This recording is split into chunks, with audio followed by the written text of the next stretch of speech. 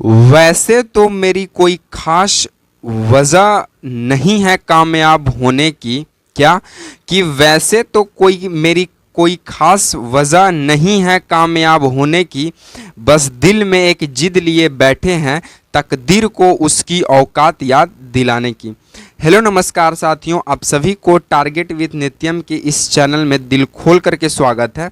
जैसे में आपको लगातार पता चल रहा है कि टारगेट विद नित्यम चैनल से जीके जीएस का सीरीज दिया जाता है जो सभी परीक्षाओं के लिए महत्वपूर्ण है।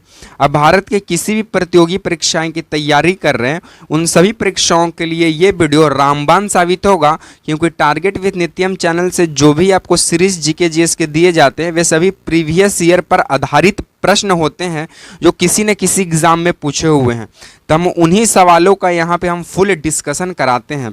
तो पहले आप वीडियो देखिए, वीडियो पसंद आता है तभी वीडियो को लाइक कीजिएगा, शेयर कीजिएगा और वीडियो में नीचे जाकर कमेंट बॉक्स में कमेंट कीजिएगा, अपनी राय दीजिएगा कि ये वीडियो आपको कैसा लगा। ठीक है, जिससे हमें मोटिवेशन मिलेगी वीडियो और भी आगे बनाने को। ठीक है, तो चलिए आपकी ज़्यादा समय की बर्बादी नहीं करेंगे। उससे पहले बता दें कि ये सभी परीक्षाओं के लिए उपयोगी है।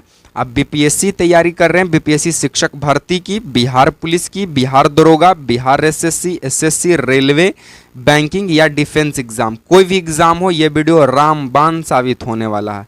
ठीक है, क्योंकि यहाँ पे जो भी आपको मतलब कि सवाल कराए जाएंगे उनका फुल डिस्कशन होता है, एफडी फुल डिस्कशन। ठीक है, चलिए सबसे पहला सवाल आपके समक्ष प्रस्तुत किया गया है। क्या कहता है कि योजना आयोग का अध्यक्ष कौन होता है? चार ऑप्शन है। ऑप्शन ए राष्ट्रपति होते हैं, ऑप्शन बी गृह मंत्री होते हैं, ऑप्शन सी वित्त मंत्री होते हैं या ऑप्शन डी इनमें से कोई नहीं होते हैं।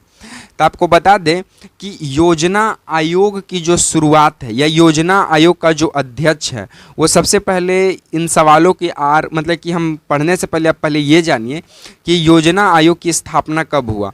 तो योजना आयोग की स्थापना 15 मार्च 1950 को किया जाता है। 15 मार्च 1950 को किया जाता है योजना आयोग की स्थापना।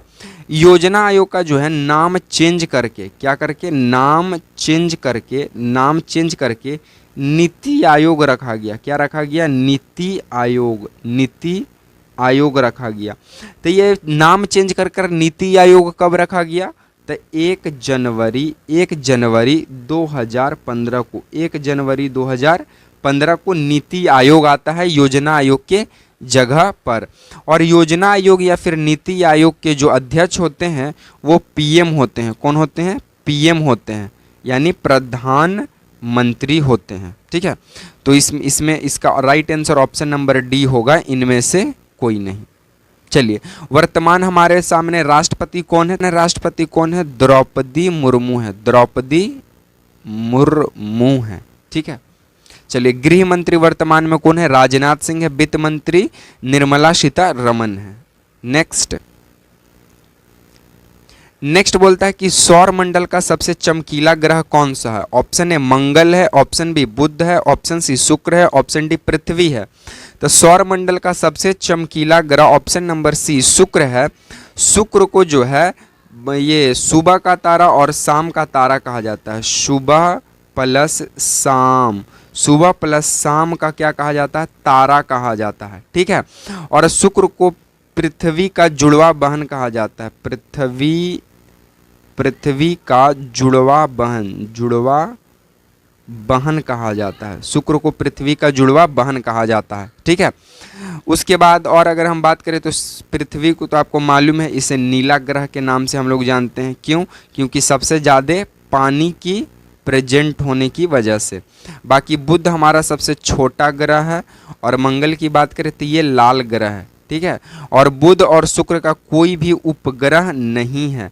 सबसे ज़्यादा उपग्रह शनि का है, तो इस बात को भी आप याद रखिएगा।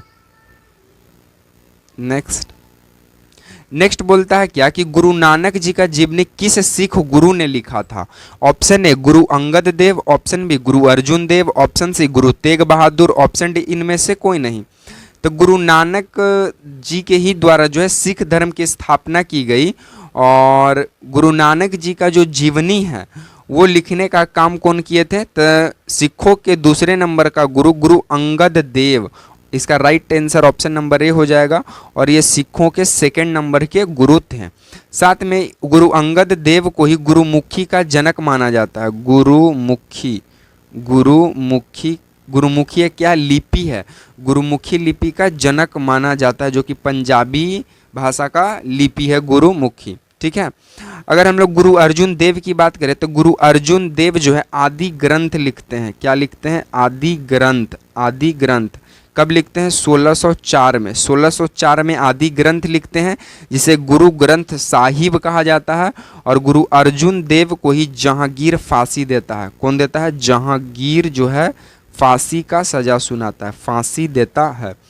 गुरु तेग बहादुर की बात करें तो गुरु तेग बहादुर 9वें नंबर के जो हैं, गुरु तेग बहादुर 9वें नंबर के सिखों के गुरु हुआ करते थे। और इनके जो पिता थे वो छठे गुरु गुरु हरगोविंद के पुत्र थे, सबसे छोटे पुत्र। और औरंगजेब इनकी हत्या करते हैं गुरु तेग बहादुर का। गुरु तेग बहादुर का पिता का क्या नाम है? तो गुरु तेग बहादुर का पिता का नाम है हरगोविंद राय। हरगोविंद राय। और हरगोविंद राय छठे नंबर के ये थे, सिखों के गुरु हुआ करते थे। फिर 9वें नंबर के गुरु तेग बहादुर बनते हैं। और गुरु तेग बहादुर की मृत्यु औरंगजेब करवाता है। कौन करवाता है? औरंगजेब। और ये गुरु अर्जुन देव को कौन करवा रहा है? जहांगीर करवा रहा है। ठीक है, तो इस बात को भी आपको ध्यान देना पड़ेगा। चलिए नेक्स्ट सवाल की बात करें तो बोलता है कि बिंदुसार किस साम्राज्य का शासक था? ऑप्शन ए नंद वंश, ऑप्शन बी हर्यक वंश, ऑप्शन सी मौर्य वंश, ऑप्शन डी गुप्त वंश। तो नंद वंश के संस्थापक हुआ महापद्मानंद। महापद्मानंद इन नंद वंश का शासक हुआ। हर्यक वंश का शासक हुआ बिंबिसार। बिंदुसार नहीं, बिंबिसार। मौर्य वंश का शासक हुआ बिंदुसार। कौन हुआ? बिंदुसार। और गुप्त वंश का संस्थापक कौन हुआ? श्रीगुप्त। अब देखते हैं, ये जो कह सकते हैं बिंदुसार है, बिंदुसार का पिता का क्या नाम था? तो बिंदुसार का पिता का क्या नाम था? तो चंद्रगुप्त मौर्य नाम था। CGM चंद्रगुप्त मौर्य नाम था। ठीक है, ये कौन था? ये बिंदुसार का क्या है? पिता का नाम है। ठीक है। अच्छा, बिंदुसार के बेटा का क्या नाम है? पुत्र का क्या नाम है? तो बिंदुसार का पुत्र का नाम है अशोक। क्या नाम है? अशोक नाम है। ठीक है। और बिंदुसार को अमित्रघात कहा जाता है। अमित्रघात यानी शत्रुओं का भक्षक, शत्रुओं को मारने वाले को अमित्रघात कहा जाता है। ठीक है।